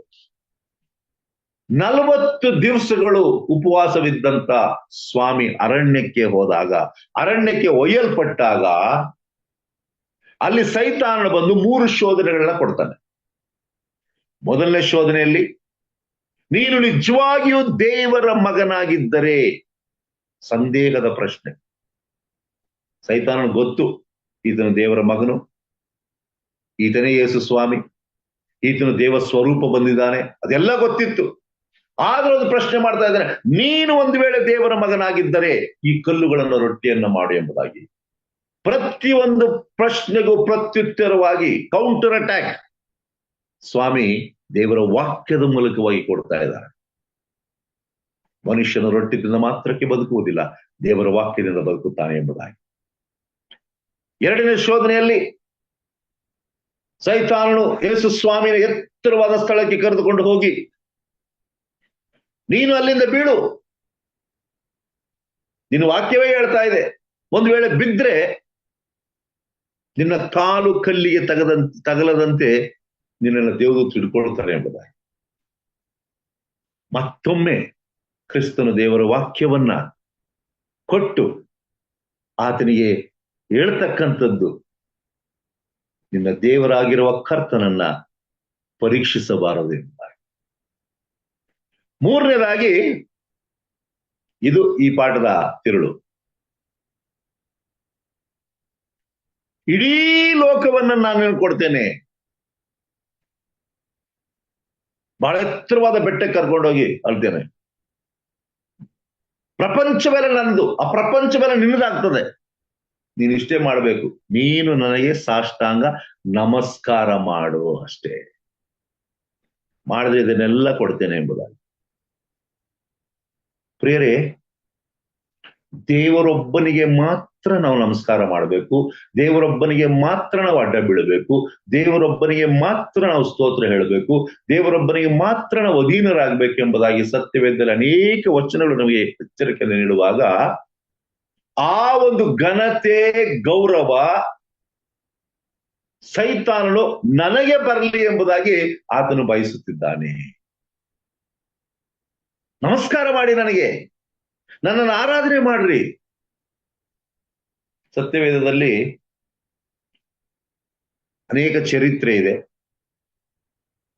ನಾನತ್ವದಿಂದ ಮೆರೆದಂತ ಚಕ್ರವರ್ತಿಗಳು, ನಾನು ಎಂಬುದಾಗಿ ಅಂದುಕೊಂಡು ದೇವರ ಸ್ಥಾನವನ್ನ ಪಡೆದುಕೊಳ್ಳುವುದಕ್ಕೆ ಹೋದ ಅನೇಕರು ಇನ್ನಿಲ್ಲದಂತಾಗಿದ್ದಾರೆ. ಸೈತಾನನು ಸಹ ಒಂದಲ್ಲ ಒಂದು ದಿನ ಇನ್ನಿಲ್ಲದಂತಾಗುತ್ತಾನೆ. ಸ್ವಾಮಿ ಹೇಳ್ತಾನೆ, ನಿನ್ನ ದೇವರಾಗಿರುವ ಕರ್ತನೊಬ್ಬನಿಗೆ ಅಡ್ಡ ಬಿದ್ದು ಆತನೊಬ್ಬನನ್ನೇ ಆರಾಧಿಸಬೇಕು ಎಂಬುದಾಗಿ ಬರೆದಿದೆ, ತೊಲಗು ಇಲ್ಲಿಂದ ಸೈತಾನನೇ ಎಂಬುದಾಗಿ ಹೇಳುವಂತನಾಗಿದ್ದಾನೆ. ಪ್ರಿಯರೇ, ಇಡೀ ಪರಲೋಕವು ಸಹ ಕ್ರಿಸ್ತನಿಗೆ ಘನ ಮಾನ ಮಹಿಮೆಯನ್ನ ಸಲ್ಲಿಸುತ್ತದೆ. ಆದರೆ ಮಾನವರಾದ ನಾವು ಯಾರಿಗೆ ನಾವು ಘನತೆಯನ್ನ ಗೌರವವನ್ನು ಕೊಡಬೇಕೆಂಬುದಾಗಿ ದೀರ್ಘವಾಗಿ ಯೋಚನೆ ಮಾಡಬೇಕು. ಎಲ್ಲಾ ಶೋಧನೆಗಳಲ್ಲೂ ಯೇಸು ಕ್ರಿಸ್ತನು ದೇವರ ವಾಕ್ಯವನ್ನ ಉಪಯೋಗಿಸಿದ ಹಾಗೆ ನಾವು ಸಹ ಆ ವಾಕ್ಯದಿಂದಲೇ ಸೈತಾನನನ್ನ ಜಯಿಸಬೇಕು. ದೇವರ ವಾಕ್ಯದಲ್ಲಿ ನಾವು ಬಲ ಹೂರಿದರೆ, if we are grounded in God's word, ಸೈತಾನನು ನಿಮ್ಮನ್ನ ಶೋಧಿಸಲು ಶಕ್ತನಲ್ಲ. ಯಾವ ಸಮಯದಲ್ಲಿ ನಮಗೆ ಅಲ್ಪ ಜ್ಞಾನ ಇದ್ದು ದೇವರ ವಾಕ್ಯದ ತಿಳುವಳಿಕೆ ಕಡಿಮೆ ಆಗಿರುವಾಗ ಶೋಧನೆಗೆ ಬಹಳ ಸುಲಭವಾಗಿ ಬೀಳ್ತೇವೆ. ಅದಕ್ಕೋಸ್ಕರ ಭಕ್ತನಾದ ದಾವೀದನು ಹೇಳ್ತಾನೆ, ಕೀರ್ತನೆಗಳು 119ನೇ ಅಧ್ಯಾಯ 9 ಮತ್ತು 11ನೇ ವಚನವನ್ನು ಯೌವನಸ್ಥರು ದಯವಿಟ್ಟು ಗಮನಿಸಿ. ಯೌವನಸ್ಥನು ತನ್ನ ನಡತೆಯನ್ನು ಶುದ್ಧಪಡಿಸಿಕೊಳ್ಳುವುದು ಯಾವುದರಿಂದ? ನಿನ್ನ ವಾಕ್ಯವನ್ನು ಗಮನಿಸಿ ನಡೆಯುವುದರಿಂದಲೇ. 11ನೇ ವಚನ ಹೇಳ್ತದೆ, ನಿನಗೆ ವಿರೋಧವಾಗಿ ಪಾಪ ಮಾಡದಂತೆ ನಿನ್ನ ನುಡಿಗಳನ್ನು ನನ್ನ ಹೃದಯದಲ್ಲಿ ಇಟ್ಟುಕೊಂಡಿದ್ದೇನೆ. ದೇವರ ವಾಕ್ಯವು ನಮ್ಮ ಬಾಯಲ್ಲಿ, ನಮ್ಮ ಹೃದಯದಲ್ಲಿರುವಾಗ ಖಂಡಿತವಾಗಿಯೂ ಸೈತಾನನ ಶೋಧನೆಗೆ ನಾವು ಬೀಳುವುದಿಲ್ಲ. ಸೈತಾನನ ಸುಲಭವಾಗಿ ಜಯಿಸ್ತಕ್ಕಂಥ ಒಂದೇ ಒಂದು ಅಸ್ತ್ರ ದೇವರ ವಾಕ್ಯ ಮತ್ತು ಪ್ರಾರ್ಥನೆ. ಇದು ನಮ್ಮಲ್ಲಿ ಯಥಾರ್ಥವಾಗಿ ಇಲ್ಲದೇ ಇದ್ದರೆ ಖಂಡಿತವಾಗಿಯೂ ಬಹಳ ಸುಲಭವಾಗಿ ನಾವು ಬಿದ್ದು ಹೋಗುತ್ತೇವೆ. ಎಫೆಸದವರಿಗೆ 6ನೇ ಅಧ್ಯಾಯ 12ನೇ ವಚನ ನಮಗೆ ಪದೇ ಪದೇ ನೆನಪು ಮಾಡಿಕೊಡುತ್ತದೆ. ಅದ್ಯಾವುದೆಂದರೆ, ನಾವು ಹೋರಾಡುವುದು ಮನುಷ್ಯ ಮಾತ್ರದವರ ಸಂಗಡವಲ್ಲ, ರಾಜತ್ವಗಳ ಮೇಲೆಯೂ ಅಧಿಕಾರಗಳ ಮೇಲೆಯೂ ಅಂಧಕಾರದ ಲೋಕಾಧಿಪತಿಗಳ ಮೇಲೆಯೂ ಆಕಾಶ ಮಂಡಲದಲ್ಲಿರುವ ದುರಾತ್ಮಗಳ ಸೇನೆ ಮೇಲೆಯೂ ನಾವು ಹೋರಾಡುವವರಾಗಿದ್ದೇವೆ. ಇವೆಲ್ಲ ಭರವಸೆ ಇರುವಾಗ ನಾವು ಧೈರ್ಯದಿಂದಿರಬೇಕು. ಒಂದು ಮಾತ್ರ ಸತ್ಯ, ರೋಮಾಪುರದವರು 8ನೇ ಅಧ್ಯಾಯ 31ನೇ ವಚನ ಹೇಳುವ ಹಾಗೆ, ದೇವರು ನಮ್ಮ ಕೂಡ ಇದ್ದಾರೆ, ನಮ್ಮನ್ನು ಎದುರಿಸುವವರು ಯಾರು ಎಂಬುದಾಗಿ. ದೇವರನ್ನ ನಾವು ಅವಲಂಬಿಸಿಕೊಂಡಾಗ ಜಯ ನಮ್ಮದಾಗಿರುವಂತದ್ದಾಗಿದೆ. 1ನೇ ಕೊರಿಂಥದವರಿಗೆ 15ನೇ ಅಧ್ಯಾಯ 57ನೇ ವಚನ ಹೇಳುವ ಹಾಗೆ ಪೌಲನು ಹೇಳುತ್ತಿದ್ದಾನೆ, thanks be to God who giveth me the victory. ನನಗೆ ಜಯವನ್ನು ಕೊಡುವ ಯೇಸು ಕ್ರಿಸ್ತನಿಗೆ ಸ್ತೋತ್ರವನ್ನು ಹೇಳುತ್ತೇನೆ ಎಂಬುದಾಗಿ. ಕೊನೆಯದಾಗಿ ಗುರುವಾರದ ಪಾಠದಲ್ಲಿ ಮಹಾ ಹೋರಾಟದ ನಿಜವಾದ ಸ್ವರೂಪವನ್ನು ನೋಡಿಕೊಳ್ಳೋಣ. ಈ ಮಹಾ ಹೋರಾಟ ಸೈತಾನನಿಗೆ ಮತ್ತು ದೇವರಿಗೆ ಎಂಬುದಾಗಿ ನಾವು ಕಂಡುಕೊಂಡಿದ್ದೇವೆ. ಏಕೆ, ಹೇಗೆ ಒಬ್ಬ ಪರಮಾಧಿಕಾರಿಯಾದಂಥ ಸರ್ವಶಕ್ತನಾದಂಥ ದೇವರನ್ನ ಎದುರಿಸಲು ಸಾಧ್ಯವಾಯಿತು ಎಂಬುದಾಗಿ. ಪ್ರಿಯರೇ, ಕೇವಲ ಇದು ಅಧಿಕಾರದ ಯುದ್ಧವಾಗಿದ್ರೆ ಪ್ರಾರಂಭದಲ್ಲೇ ಅದು ಮುಗಿದೋಗ್ತಾ ಇತ್ತು. ಆದ್ರೆ ಇದು ಅಧಿಕಾರದ ಪ್ರಶ್ನೆ ಅಲ್ಲ. God would have simply given authority and more to Satan. ತಗೋಪ್ಪ, ನಿನಗೇನು ಅಧಿಕಾರ ಬೇಕು ತಗೋ ಎಂಬುದಾಗಿ. ಆದ್ರೂ ಅದೆಲ್ಲವನ್ನು ಕೊಟ್ಟಿದ್ರು ಸಹ ಸೈತಾನ ತೃಪ್ತಿಗೊಳ್ತಾ ಇರಲಿಲ್ಲ.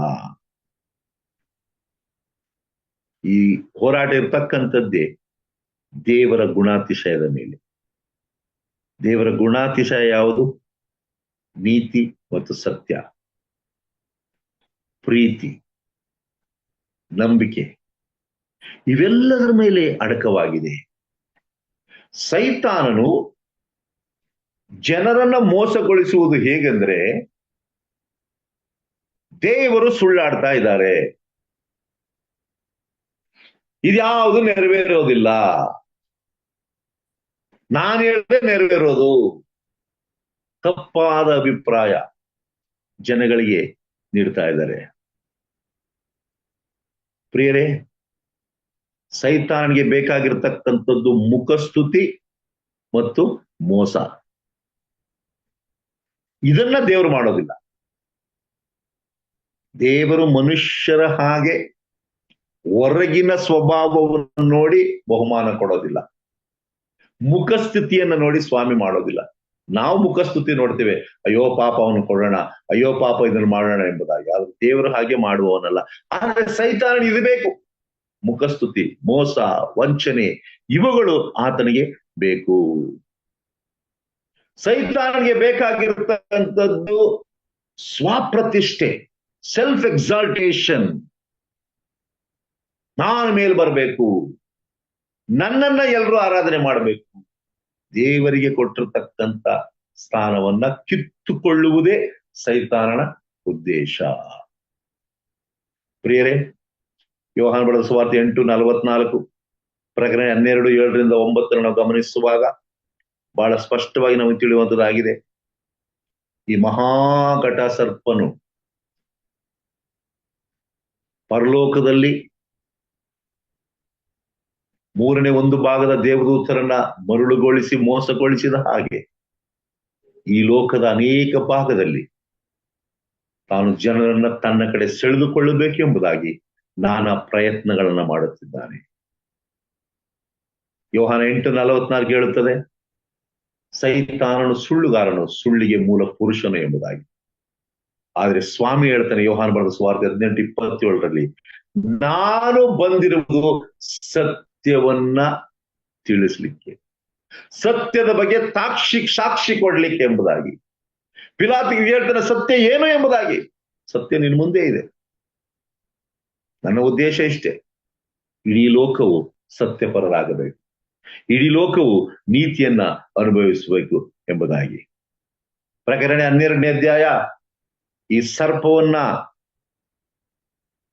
ಹಳೇ ಕಾಲದ ಘಟಸರ್ಪ, ಆದಿಕಾಲದ ಘಟಸರ್ಪ ಎಂಬುದಾಗಿ ಗುರುತಿಸಿದೆ. ಅಲ್ಲಿಂದ ಇಲ್ಲಿಯ ತನಕ ದೇವರನ್ನ, ದೇವಜನರನ್ನ ಆತನು ದೇವರು ಸುಳ್ಳಾಡುವವನು ಎಂಬುದಾಗಿ ಮೋಸಗೊಳಿಸುತ್ತಲೇ ಬಂದಿದ್ದಾನೆ. ಈ ಒಂದು ದೆವ್ವ ಎಂಬತಕ್ಕಂಥ ಸೈತಾನನು ಇಡೀ ಲೋಕವನ್ನ ಮರಳುಗೊಳಿಸುತ್ತಾನೆ. ಪ್ರಿಯರೇ, ಸೈತಾನ ಎಂಬತಕ್ಕಂಥದ್ದು, ಪಾಪ ಎಂಬತಕ್ಕಂಥದ್ದು ಬಲವಂತವಾಗಿ ಪ್ರವೇಶವಾಗಿದೆ. ಇವತ್ತು ಆ ಬಲವಂತವಾಗಿ ಪ್ರವೇಶವಾಗಿರತಕ್ಕಂಥ ಪಾಪ ಎಲ್ಲರೂ ಅದಕ್ಕೆ ಮರುಳಾಗಿ ಪಾಪದಲ್ಲಿ ಸಂತೋಷವನ್ನ, ಸಮಾಧಾನವನ್ನ ಕಂಡುಕೊಳ್ಳುತ್ತಿದ್ದಾರೆ. ಅದಕ್ಕೋಸ್ಕರ ನಾವು ಎಚ್ಚರಿಕೆಯನ್ನು ವಹಿಸಬೇಕು. ಸೈತಾನನು ಎಂಬತಕ್ಕಂಥ ಮೋಸಗಾರನು ನಮ್ಮ ಮಧ್ಯದಲ್ಲಿದ್ದಾನೆ. ಆ ಮೋಸದಿಂದ ನಾವು ದೂರ ಹೋಗಬೇಕು. ಅನೇಕರು ಸಹ ಸೈತಾನನ ಕುತಂತ್ರವನ್ನ ತಿಳಿದುಕೊಳ್ಳದೆ ಬಹಳ ಕಷ್ಟಪಡುತ್ತಿದ್ದಾರೆ. ಯಾಕೆ ಪಾಪ ಬಂತು ಇದುವರೆಗೂ ಯಾರಿಗೂ ಗೊತ್ತಿಲ್ಲ. ಯಾಕೆ ಪರಲೋಕದಲ್ಲಿ ಆ ಅಹಂಭಾವ ನಾನು ಉಟ್ಕೊಳ್ತು ನಮಗಂತೂ ಗೊತ್ತಿಲ್ಲ. ಆದ್ರೆ ಖಂಡಿತವಾಗಿಯೂ ದೇವರು ಹೇಳಿರೋ ವಾಕ್ಯವನ್ನ ನಾವು ಚಾಚು ತಪ್ಪದೆ ನಡೆಸಿಕೊಳ್ಳುತ್ತಾ, ದೇವರ ವಾಕ್ಯವನ್ನು ಅನುಸರಿಸುತ್ತಾ, ನಂಬಿಕೆಯಲ್ಲಿ, ವಿಶ್ವಾಸದಲ್ಲಿ, ಪ್ರೀತಿಯಲ್ಲಿ ನಡೆದುಕೊಂಡರೆ ಪರಲೋಕಕ್ಕೆ ಹೋಗಿ ನಾವು ಅನೇಕ ವಿಷಯಗಳನ್ನ ಕಲಿತುಕೊಳ್ಳುವಂತರಾಗಿದ್ದೇವೆ. ಯಾಕೆ ಪಾಪ ಇನ್ನೂ ಹೆಚ್ಚಾಗ್ತಾ ಇದೆ ಈ ಲೋಕದಲ್ಲಿ? ಸೈತಾನನ ಆಗ್ಲೇ ನಾಶ ಮಾಡ್ಬೋದಾಗಿತ್ತಲ್ಲ ಎಂಬುದಾಗಿ. ಹೌದು ಪ್ರಿಯರೇ, ಪಾಪ ಎಂಬತಕ್ಕಂಥದ್ದು ಪರಿಪಕ್ವತೆಗೆ ಬರಬೇಕು. ಇನ್ನೂ ಸಹ ಲೋಕದ ಜನರಿಗೆ ತಿಳುವಳಿಕೆ ಆಗಬೇಕು. Why was sin permitted and who is the cause of that sin. ಒಳ್ಳೆತನಕ್ಕೆ ಯಾರು ಕಾರಣ, ಕೆಟ್ಟತನಕ್ಕೆ ಯಾರು ಕಾರಣ ಎಂಬುದಾಗಿ ಲೋಕ ಗೊತ್ತಾಗಬೇಕು. ಪಾಪವು ಹೆಚ್ಚಾದಾಗ ನಿರಾಶೆ ಆಗ್ಬೇಡ್ರಿ, ನಿಮ್ಮ ಒಳ್ಳೆತನವನ್ನ ನಿಲ್ಲಿಸ್ಬೇಡ್ರಿ. ದೇವರ ಪರಿಶುದ್ಧವಾದ ಕಾರ್ಯದಲ್ಲಿ ತೊಡಗೋಣ, ಪವಿತ್ರವಾದ ಕಾರ್ಯದಲ್ಲಿ ತೊಡಗೋಣ, ದೇವರ ವಾಕ್ಯದಲ್ಲಿ ನೆಲೆಗೊಳ್ಳೋಣ, ಪ್ರಾರ್ಥನಾ ಜೀವಿತವನ್ನ ನೆರವೇರೋಣ. ಯಾವ ಸಮಯದಲ್ಲಿ ಪಾಪವು ಬಸುರಾಗಿ ಅದು ಮಗುವನ್ನ ಹೆರುತ್ತದೆ, ಅಲ್ಲಿಯ ತನಕ ಸೈತಾನನ ನಿಜ ಗುಣ ನಮಗೆ ಗೊತ್ತಾಗೋದಿಲ್ಲ. ಯೇಸು ಕ್ರಿಸ್ತನು 2ನೇ ಸಾರಿ ಬಂದ ಮೇಲೆ, ಸೈತಾನನು ತನ್ನ ಸಹಪಾಠಿಗಳು ನಾಶವಾದ ಮೇಲೆ ಪರಲೋಕಕ್ಕೆ ನಾವು ಹೋದಾಗ ನಮಗಲ್ಲಿ ಗೊತ್ತಾಗ್ತದೆ ದೇವರು ನೀತಿವಂತನು, ನ್ಯಾಯವಂತನು, ಪರಿಪೂರ್ಣನು, ಕೃಪಾಮಯನು ಎಂಬುದಾಗಿ. ಅಂತ್ಯದಲ್ಲಿ ಒಂದನ್ನು ಹೇಳಲಿಕ್ಕೆ ಇಷ್ಟಪಡ್ತೇನೆ. ಈ ಮಹಾ ಹೋರಾಟದಲ್ಲಿ ಮನುಷ್ಯರಾದ ನಾವು ಕೇಂದ್ರ ಬಿಂದುಗಳಾಗಿದ್ದೇವೆ. ದೇವರಿಗೆ ಮತ್ತು ಸೈತಾನನಿಗೆ ನಮ್ಮ ಅವಶ್ಯಕತೆ ಇದೆ. ಮನುಷ್ಯನಿಲ್ಲದೆ ರಕ್ಷಣೆಯ ಯೋಜನೆ ಪರಿಪೂರ್ಣವಾಗಲು ಸಾಧ್ಯ ಇಲ್ಲ. ಮನುಷ್ಯನಿಲ್ಲದೆ ಸೈತಾನನ ಕುತಂತ್ರವೂ ಸಹ ಪರಿಪೂರ್ಣವಾಗಲು ಸಾಧ್ಯವಿಲ್ಲ. ಅದರ ಒಂದು ಮಾತ್ರ ಖಚಿತವಾಗಿದೆ, ಅಂತ್ಯದಲ್ಲಿ ಆಯ್ಕೆಯ ಸ್ವಾತಂತ್ರ್ಯ ನಮಗೆ ಸಿಕ್ಕಿದೆ. ನಾವು ಯಾರ ಕಡೆ ಇರ್ತೇವೆ? ಈ ಮಹಾ ಹೋರಾಟದಲ್ಲಿ ನಾನು ಸುರಕ್ಷಿತನಾಗಿರ್ಬೇಕಾದ್ರೆ, ಪರಲೋಕಕ್ಕೆ ಹೋಗ್ಲೇಬೇಕಾದ್ರೆ ಕ್ರಿಸ್ತನ ಕಡೆ ಇದ್ದಾಗ ಮಾತ್ರ ಜಯ ನನ್ನದಾಗ್ತದೆ, ಜಯಮಾಲೆ ನನ್ನದಾಗ್ತದೆ. ಒಂದು ವೇಳೆ ನಾನು ಕ್ರಿಸ್ತನನ್ನ ಬಿಟ್ಟು ಸೈತಾನನ ಕಡೆ ಹೋದಾಗ ಸೋಲು ಮತ್ತು ನಾಶನ ನಮ್ಮದಾಗುವಂಥದ್ದಾಗಿದೆ. ದೇವರು ನಮ್ಮನ್ನು ಆಶೀರ್ವದಿಸಲಿ. ಈ ವಾರದ ಪಾಠಗಳು ನಮ್ಮನ್ನ ಪರಿಪೂರ್ಣವಾದಂತ ಜ್ಞಾನಕ್ಕೆ ನಡೆಸಲಿ. ಇನ್ನೂ ಹೆಚ್ಚಾಗಿ ದೇವರನ್ನ ಅರಿತುಕೊಳ್ಳೋಣ. ಆತನ ವಾಕ್ಯವೇ ನಮ್ಮ ಕಾಲಿಗೆ ದೀಪವು, ದಾರಿಗೆ ಬೆಳಕಾಗಿರಲಿ. ಈ ಕತ್ತಲೆ ತುಂಬಿದ ಲೋಕದಲ್ಲಿ, ಪಾಪ ತುಂಬಿದ ಲೋಕದಲ್ಲಿ ಒಂದು ಸಣ್ಣ ಬೆಳಕು ನಮ್ಮ ಜೀವಿತದಲ್ಲಿ ಬರಬೇಕಾದ್ರೆ ಅದು ದೇವರ ವಾಕ್ಯದ ಮೂಲಕವಾಗಿ. ಆ ದೇವರ ವಾಕ್ಯವನ್ನು ನಾವು ಎಷ್ಟು ಸಾರಿ ಓದ್ತೇವೆ, ಅಷ್ಟು ಸಾರಿ ಆತನನ್ನ ಅರಿತುಕೊಳ್ಳುವಂತರಾಗಿದ್ದೇವೆ. ಹಾಗಾಗುವಂತೆ ದೇವರು ನಮ್ಮೆಲ್ಲರನ್ನು ಆಶೀರ್ವದಿಸಲಿ ಎಂಬುದಾಗಿ ನನ್ನ ಪ್ರಾರ್ಥನೆ ಆಗಿದೆ.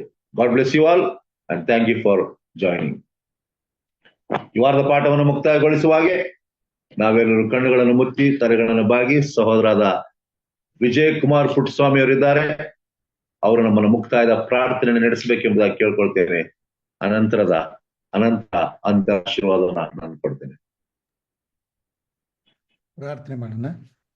ನಮ್ಮನ್ನು ಬಹಳವಾಗಿ ಪ್ರೀತಿ ಮಾಡ್ತಕ್ಕಂಥ ಕರ್ತನಾದ ದೇವರೇ ಸ್ವಾಮಿ, ತನ್ನ ಸ್ವಾಮಿ ನಮಗೆ ಇಲ್ಲಿವರೆಗೂ ತನ್ನ ಸ್ವಾಮಿ ನಿನ್ನ ವಾಕ್ಯದ ಪ್ರೇರಣೆಯನ್ನ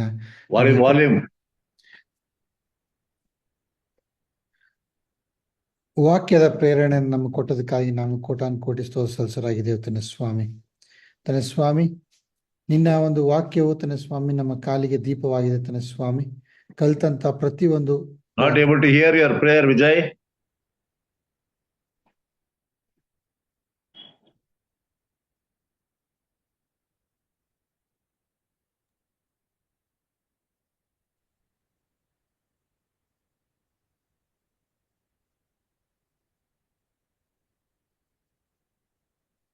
God.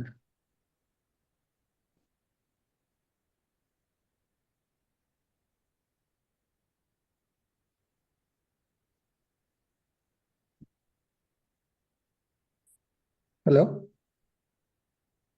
Hello?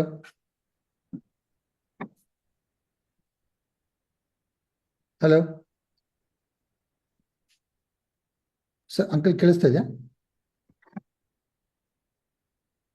ಹಲೋ, ಕೇಳ್ತಾ ಇಲ್ಲ ನೀವು ಮಾಡೋದು? Praveen, can you pray? Sir, we can hear him.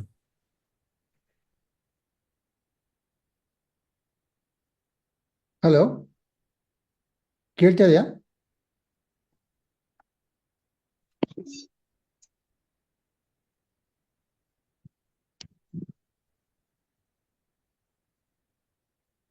Hello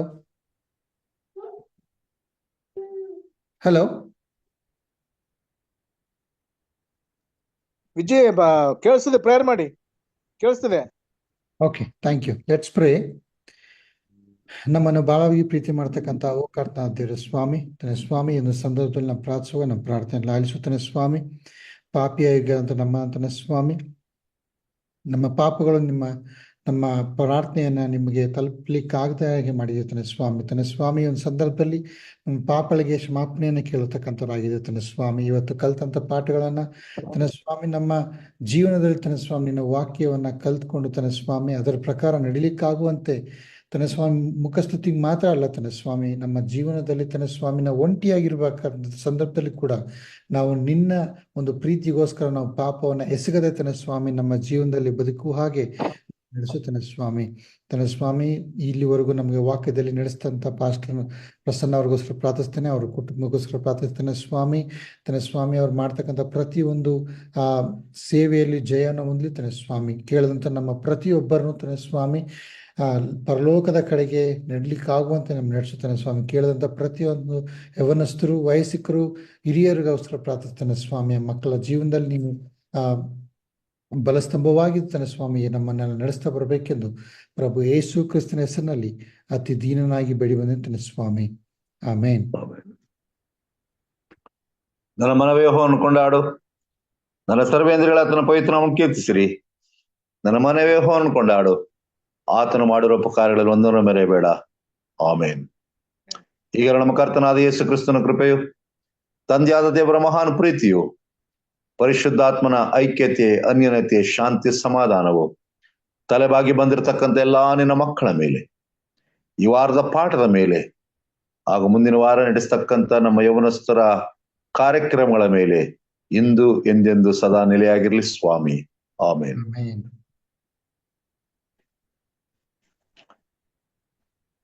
Thank you everybody for your participation. Thank you Johnson for your opening prayer, Vijay for your closing prayer.